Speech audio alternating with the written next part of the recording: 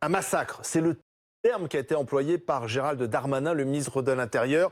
Un massacre de 2 policiers. Ça s'est passé hier vers 22h30 dans le Val d'Oise. 2 policiers en mission de surveillance attaqués et grièvement blessés par balle par 3 individus qui sont en fuite et qui ont volé leurs armes. On va vous dire précisément ce qui s'est passé, quelles sont les pistes, où on en est du côté de la police. On va aussi parler de la réaction notamment du maire d'Herblay qui est avec nous, Philippe Rouleau. Bonsoir, le maire Les Républicains d'Herblay, cette ville dans le Val d'Oise. Nous sommes avec Frédéric Ploquin, le grand spécialiste, grand reporter sur toutes les questions de police notamment. Vous avez écrit récemment La peur a changé de camp aux éditions Albin Michel. Nous sommes avec la policière Sabrina Rigolet. Bonsoir, secrétaire générale adjointe du syndicat SCSI-CFDT. Et puis Dominique Rizet. Bonsoir Dominique. Alors racontez-nous, on va se replonger sur cette affaire. Et donc nous sommes hier soir vers 22h30 dans le Val d'Oise à Herblay. À Herblay, donc dans une zone industrielle, avenue du Gros Chêne, devant une entreprise de dépannage, de chauffage. Et puis des policiers sont en surveillance, 2 policiers de la PJ Versailles, antenne Cergy-Pontoise, la DRPJ Versailles. Et 3 hommes vont les agresser, 3 hommes qui les auraient peut-être pris pour des gitans. En tout cas, bon, ils sont agressés. L'un des policiers décline son identité, celui qui peut encore témoigner aujourd'hui, puisque l'autre a un pronostic vital engagé, donc décline son identité. Il est policier, il le leur dit. Les hommes, malgré cela, se jettent sur eux, bagarrent, les policiers essaient de se défendre. Ils sont inférieurs en nombre et ils vont être blessés très sérieusement. D'abord par des coups qui leur seront donnés. Il y en a un qui a un fracas de la face, un autre qui a une fracture du crâne. Donc leurs agresseurs vont s'emparer de leurs armes de service, des Sig Sauer 2022, l'arme de dotation de la police, et vont ensuite tirer à 7 reprises. L'un des policiers reçoit 4 balles, un autre en reçoit, il y a 7 balles, je crois qu'il en reçoit 2, il y a une balle qui visiblement n'a pas touché. Un policier grièvement blessé parce qu'il a reçu un projectile au niveau du bassin vers l'abdomen. Voilà. L'un des 2 policiers s'en sort, va s'en sortir. Pour l'autre, encore une fois, son pronostic vital est engagé. Les 3 hommes sont partis, vous l'avez dit, en emportant leurs 2 armes, en emportant un talkie-walkie police, en emportant le téléphone de l'un des policiers qui est un major de police. Et ils sont activement recherchés. Enquête brigade criminelle de Versailles et recherche BRI et RAID. On sait pourquoi ces 3 individus s'en sont pris aux policiers? Écoutez, a priori, comme ça, non, pas pour l'instant. Pas pour l'instant. Alors, est-ce qu'il s'agissait des personnes que les policiers étaient venus surveiller et qui ont observé qu'il y avait derrière eux des hommes qu'ils auraient pris pour des gitans, puis voyant que c'était des policiers. Mais a priori, pour l'instant, on ne sait pas encore vraiment, à moins que Frédéric Ploquin qui me regarde ait des informations. Alors, Frédéric Ploquin, Bon, quelles sont vos informations? C'est vrai que sur la personnalité des individus impliqués, on n'a pas d'éléments. On sait qu'ils sont recherchés. On sait que potentiellement, notamment grâce à toutes les caméras vidéo du coin, ils pourraient être identifiés. Mais sur les faits eux-mêmes, c'est assez spécial. C'est-à-dire qu'en gros, ces 2 policiers, ils viennent parce qu'on leur signale une histoire de séquestration en réalité. Une séquestration dans le milieu des stupéfiants, enfin une séquestration plausible possible. Et donc eux, pourquoi ils y vont la nuit? Et à cette heure-là, tout seul, c'est parce que quand on parle d'une affaire comme ça, il peut y avoir mort d'homme, il peut y avoir un certain nombre de choses. Donc s'ils n'y vont pas, donc ils y vont. Ils y vont en fait pour une chose très simple, pour vérifier une adresse. C'est ça le but. Et à ce moment-là, ils sont sur cette zone industrielle et commerciale, où on commercialise pas seulement des blue jeans, mais également des stupéfiants, où il y a pas mal de livraisons de stupéfiants, etc. Donc il y a pas mal de gens qui surveillent autour. Et il y a quelqu'un qui a appelé le 17, et qui a dit en gros que selon lui, il y avait des gitans qui tournaient dans le secteur. En fait, ce sont des policiers qui sont en civil et que lui prend pour des gitans. Donc ça veut dire qu'il y a une rumeur qui se répand. Il va d'ailleurs dire, Frédéric, que l'un d'eux aura un brassard police, il parle d'un brassard police, et il y a un garage clandestin à côté. Donc il pense que ce sont des gitans déguisés en policiers, le monsieur. Ça veut dire que le bruit s'est répandu, que peut-être il y a des gitans, et ces gitans, ces manouches potentiels qui seraient là peut-être pour s'approprier des stupéfiants qu'eux-mêmes seraient en train de trafiquer, d'accord? Donc eux, la rumeur courant là-dessus, les 3 vont vers cette voiture, et là, a priori, ils vont pas sur des policiers. À ce stade-là, ils vont essayer de neutraliser des gens qui peuvent les emmerder dans leur commerce en réalité. Et c'est là où on bascule dans un autre monde. On n'est plus du tout dans le monde qu'on connaissait, dans les voyous qu'on connaissait. C'est qu'au lieu, a priori, un voyou bien formé, un peu sérieux dans la vie, il s'approche d'une voiture, on lui dit attention police, bah, il s'en va en courant. C'est ce qu'ont fait les policiers, semble-t-il. Ils ont dit on est policiers, ils ont montré les brassards. Et c'est là où on voit qu'on est dans un autre monde et que ces garçons ont probablement un quotient intellectuel assez peu élevé par rapport Ils ont peur de rien. avant. En fait. Ils n'ont pas peur de la police, en tout cas. C'est même pas qu'ils n'ont pas peur, c'est qu'ils y réfléchissent pas un instant. Parce que je veux dire, à partir du moment où les autres, ou soit ils y croient pas, il y a deux options. Parce qu'à mon avis, dans un vocabulaire, ils n'ont pas cru que c'était des policiers, parce que souvent, dans le milieu, on a des gens, des voleurs qui se baladent avec des faux brassards. Donc, ils pourront nous dire ça. Mais en tout cas, toujours est-il qu'ils leur piquent leurs brassards. Mais surtout, ils les massacrent physiquement. Les radios. Et ensuite, leur tirent dessus. Enfin... Et ensuite, et c'est là où on bascule encore dans un événement qui pourrait rappeler un peu Viry-Châtillon au niveau de la violence. Viry-Châtillon, il y a quelques années. Avec les policiers à l'intérieur de la voiture. Où une bande s'était déchaînée sur une voiture pour tuer des flics. Et c'est là où on est de nouveau dans cette dans cette réalité qui s'impose à nous. Dans l'ultra-violence. C'est pas dans une ultra-violence où le voyou, au lieu de se barrer en courant quand il voit la police, bah, qu'est-ce qu'il veut faire? Enfin, ce type de voyous-là, hein, ils ont 25-30 ans apparemment, d'après ce que j'ai cru comprendre. Bah, il faut buter l'ennemi, l'adversaire, parce que dans leur tête, le flic, c'est un ennemi tout simplement, un ennemi à abattre.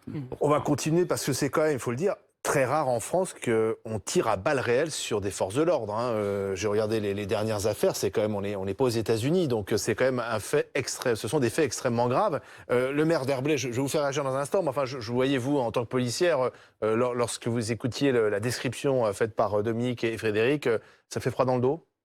Oui, hein, tout d'abord, mes premières pensées vont pour nos deux collègues, bien entendu, leurs familles.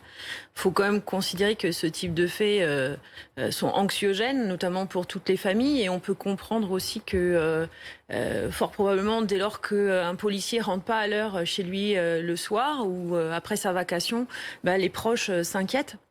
Donc déjà, voilà, je tenais tout d'abord à repréciser cela. Sur la cruauté de l'acte, oui, c'est un massacre de nos collègues. Les violences sont réelles.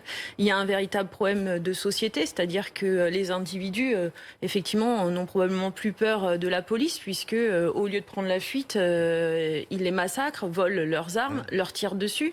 Hein, donc il y a bien une tentative à minimum d'homicide. Voilà, donc nous, ce qu'on souhaite, c'est que dans tous les cas, les photographies qui peuvent être capturées à travers les vidéos surveillance ne soient surtout pas diffusées. L'enquête est en cours et il est important de laisser aux policiers le temps de mener leur enquête pour justement interpeller ces auteurs. Deux policiers, hein. L'un à 30 ans, c'est celui qui est le plus touché par ces 4 impacts de balles. Il est entre la vie et la mort, toujours, il faut le dire. Hein. À l'hôpital Beaujon. Non seulement les impacts de balles, mais en plus, il a une fracture du crâne. Et puis le second agent, à 45 ans, a aussi un traumatisme crânien. Donc ça montre la violence des coups qu'ils ont reçus. Et 2 impacts de balles dans les jambes, des traces de coups également sur le visage. Je voudrais, monsieur le maire d'Herblay, ça s'est passé chez vous. Quelle est votre réaction ? Tout d'abord, je tiens à manifester également mon soutien par rapport aux familles. Donc ce sont deux policiers qui faisaient leur travail. Il faut savoir qu'il y a beaucoup de policiers qui travaillent la nuit, qui sont en observation et heureusement qui mènent ces enquêtes. Donc je suis particulièrement choqué par ce qui s'est passé. On a monté un stade nouveau dans la violence. On n'arrête pas d'en parler, mais à chaque fois on repousse les limites de la violence. On voit bien qu'il n'y a pas forcément beaucoup plus de cas, mais la violence est elle terrible et on voit qu'il n'y a plus du tout de limites. Alors tout à l'heure, je vous entendais décrire la zone d'activité économique comme étant Chicago, etc. Non, j'ai cru que... J'ai absolument pas dit ça, faut pas expliquez-nous à quoi ça ressemble. C'est ça, tout à fait. Donc, pas dit ça du tout. Oui, alors ça m'avait semblé que c'était un petit peu le supermarché de la drogue, et donc c'est pas du tout ça. Donc c'est une zone d'activité économique où il y a de très très belles entreprises que je connais très bien. Et donc là, il se trouve qu'effectivement les deux policiers étaient en surveillance et ça a été dit tout à l'heure, on n'a pas la preuve d'ailleurs que l'enquête qui était en cours avait un lien avec ces 3 individus. Ce qui est certain, c'est qu'ils ne sont pas tombés, qu'ils ont dérangé.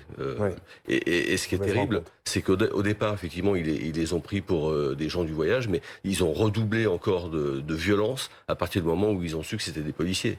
Mais ça les a pas arrêtés, au contraire. Et ça, c'est terrible. Et ils se sont acharnés sur eux. Et pire que ça, c'est-à-dire que même quand ils étaient complètement à terre, ils ont tiré.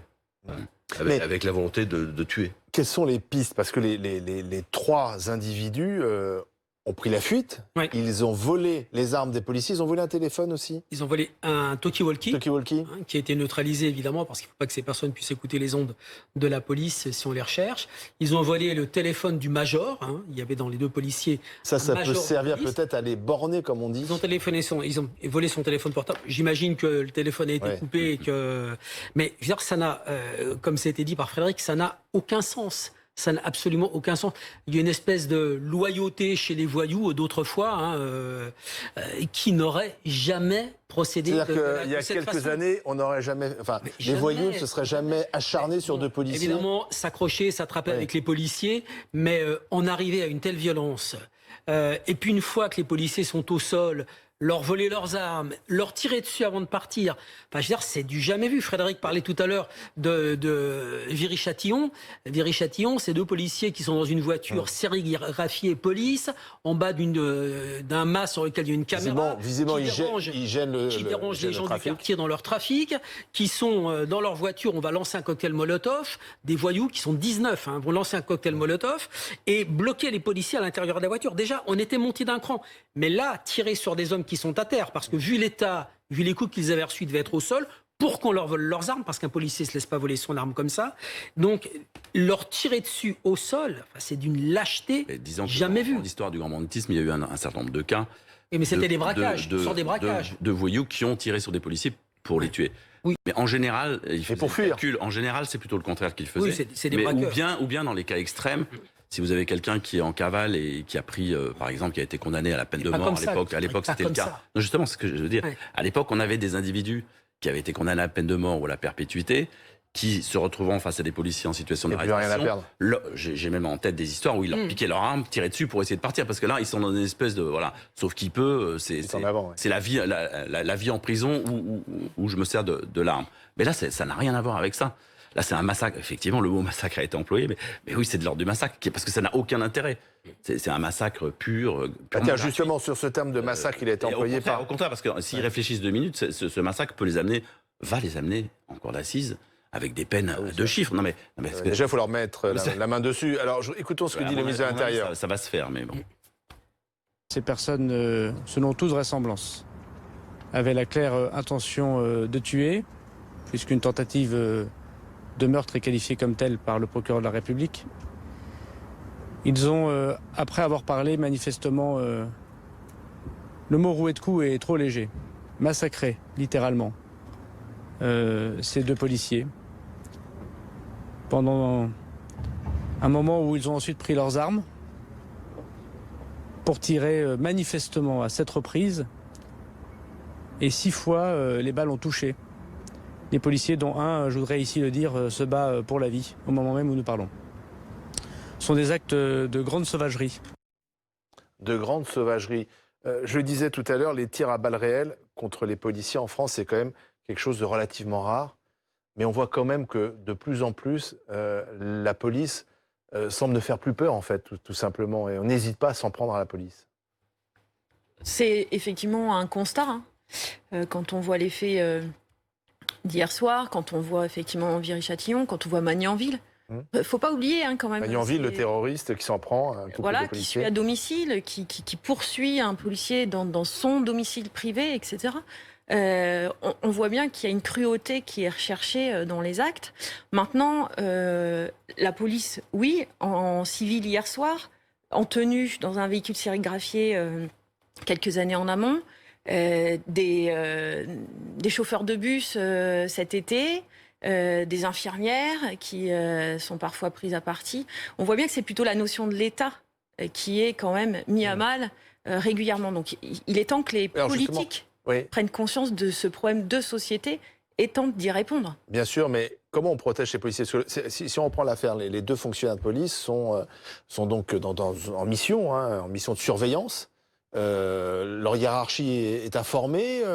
Bien sûr. Oui, parce que s'il se passe, ça peut mal tourner, mission de surveillance. Olivier, comment sont-ils protégés finalement? Ils sont dans le cadre d'une enquête préliminaire, une enquête judiciaire. Enfin bon, ils sont dans le cadre d'une enquête. Leur hiérarchie sait parfaitement qu'ils sont ici. Ils sont 2 pour surveiller cette zone qui visiblement est plutôt, bon voilà, pas une zone dangereuse, ils sont en observation. Sinon, il faut en envoyer 4. Il va falloir en envoyer 4, en envoyer 6, ou alors mettre des voitures derrière les voitures qui. Vous parliez de Châtillon. Châtillon, je rappelle que ce sont des policiers qui surveillent une caméra qui était régulièrement détruite. Hein. Absolument, ça veut dire que il y a des zones dans lesquelles on n'a pas envie de voir la police, c'est tout. Ouais. Donc c'est un message clair aussi à la police. Châtillon s'en était un, et ici quelque part... Mais notre policier interpelle le politique, il vous interpelle, vous, en tant que maire aussi. Oui, alors je ne suis pas ministre de l'Intérieur, mais... Non, mais vous êtes responsable politique. Maire d'Herblay-sur-Seine, mais en tout cas, ce que je voudrais dire ce soir, je voudrais pousser un coup de gueule. Parce que, imaginez un instant qu'il ait sorti son arme et qu'il ait blessé un des 3. Qu'est-ce qu'on n'aurait pas entendu ? Un policier, si le policier avait réussi à se retourner contre l'un des 3 individus. C'est un policier des policiers qui ont été agressés, ils étaient armés tous les deux, ils n'ont pas sorti leur arme. Encore une fois, s'ils l'avaient fait, qu'est-ce qui se serait passé ? On aurait tout de suite fait le procès de la police, c'est ce que vous êtes en train de dire ? Je pense que oui. Et donc ça, c'est un problème dans notre pays, et je pense qu'il faut que ça change. Je crois que c'est pas possible, parce que du coup, ça crée un sentiment d'impunité. C'est-à-dire qu'ils se disent, de toute façon, on peut faire ce qu'on veut, la justice est tellement lente. Regardez, on est en train de faire le procès des attentats 5 ans après. 5 ans après. Et on trouve ça normal. Mais après, si on se remet dans ce qui s'est passé hier soir, est-ce qu'ils avaient le temps de dégainer parce que en tout cas, le cadre légal de la légitime défense, il existe. Hein, ils auraient pu sortir leurs armes. Dès lors que le policier est agressé, non, il peut la sortir, il peut tirer en l'air, pas en l'air. Mais visiblement, là, la violence de l'attaque les a surpris. Oui. Je veux dire, et tout de suite, je pense qu'ils se sont fait prendre leurs armes. Sinon, ils en auraient probablement fait usage. Je ne sais pas comment, de quelle façon, mais... C'est intéressant ce que dit Frédéric. Ce que dit Frédéric Ploquin, parce que le cadre de la légitime défense, il faut qu'il soit établi, c'est-à-dire qu'il faut que la riposte soit proportionnelle à l'attaque. Donc, on aurait pu, les avocats, si un jour, si ça s'était passé, et que les policiers avaient blessé l'un de leurs agresseurs, leurs avocats auraient pu dire ensuite, attendez, mon client, l'agresseur, n'était pas armé, il était à main nue, et il a agressé les policiers à main nue, et le policier, lui, a utilisé son arme de service. La riposte n'est pas proportionnée à l'attaque, et à l'évidence, le policier aurait eu des ennuis. C'est évident. Et quand le policier ne sort pas son arme, c'est le déclic dans sa tête. C'est la programmation qu'on lui fait à l'école en lui disant « Attention, l'arme, elle ne sort jamais, parce que si vous la sortez, ça va devenir très compliqué pour vous. » Et donc cette peur de sortir l'arme du policier fait qu'on se retrouve aussi dans ce genre de situation. Ça ne veut pas dire que les policiers doivent tirer sur tout le monde quand on les agresse. Mais parfois, ils peuvent avoir une hésitation.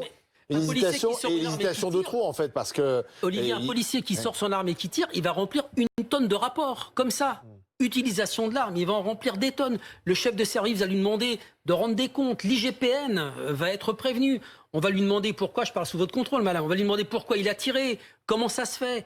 Comprenez, ça devient très compliqué aussi pour les policiers. Donc cette arme, ils l'oublient. Ils l'oublient finalement. Alors...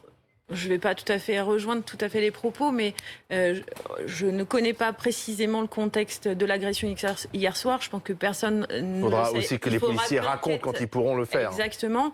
Si les collègues n'ont pas pu sortir leurs armes, on est quand même effectivement formé à l'utiliser dans un cadre précis de légitime défense. Mais en l'occurrence, si la légitime défense... apparaît, si vous êtes en danger de mort parce qu'on est en train de vous massacrer, vous avez le droit de sortir quand même votre arme. Mais en 2 mots, je pense quand même que ce qui s'est passé hier soir dépasse l'entendement et que donc les policiers n'imaginaient peut-être pas un instant que ces hommes allaient immédiatement leur piquer leur arme. Et c'est là où les faits dépassent l'entendement. Parce qu'ils pensaient peut-être simplement dire, attendez, on est des policiers. C'est là où on a franchi un cap. Mais ça n'a pas suffi à les arrêter. Et je pense qu'ils n'avaient pas forcément anticipé le fait qu'à partir du moment où ils sortaient leurs cartes, les autres non seulement n'allaient pas se barrer en courant, mais allaient littéralement leur sauter dessus et prendre ces armes avec lesquelles ils auraient pu se défendre. C'est là où on voit que cet événement nous fait passer dans un autre monde. Oui. Alors là, il y a une course contre la montre. Il faut vite les retrouver. Ils sont en fuite, ils sont armés, ils ont pris les armes des policiers, ils sont déterminés. On vient d'en parler, ils n'ont pas hésité à massacrer, pour reprendre le terme de Darmanin, ces policiers. Donc là, il faut, j'imagine, il y a un travail très rapide à faire pour les retrouver. Bien sûr, une enquête classique, parce qu'on va regarder de la vidéosurveillance, le bornage des téléphones cellulaires dans le coin. Le témoignage des policiers. Le témoignage des policiers. Il y aura peut-être de l'ADN. On va peut-être trouver de l'ADN parce qu'il y a eu échange de coups et puis parce qu'il y a des choses qui ont été arrachées dans la voiture. Les gyrophares ont été arrachés, il y a des choses qui ont été prises. Donc il y a peut-être des empreintes digitales. Oui, on va peut-être trouver des choses. Merci, en tout cas, voilà ce qu'on pouvait dire à présent sur ce massacre de policiers à Herblay dans le Val d'Oise et ces 3 individus qui sont en fuite.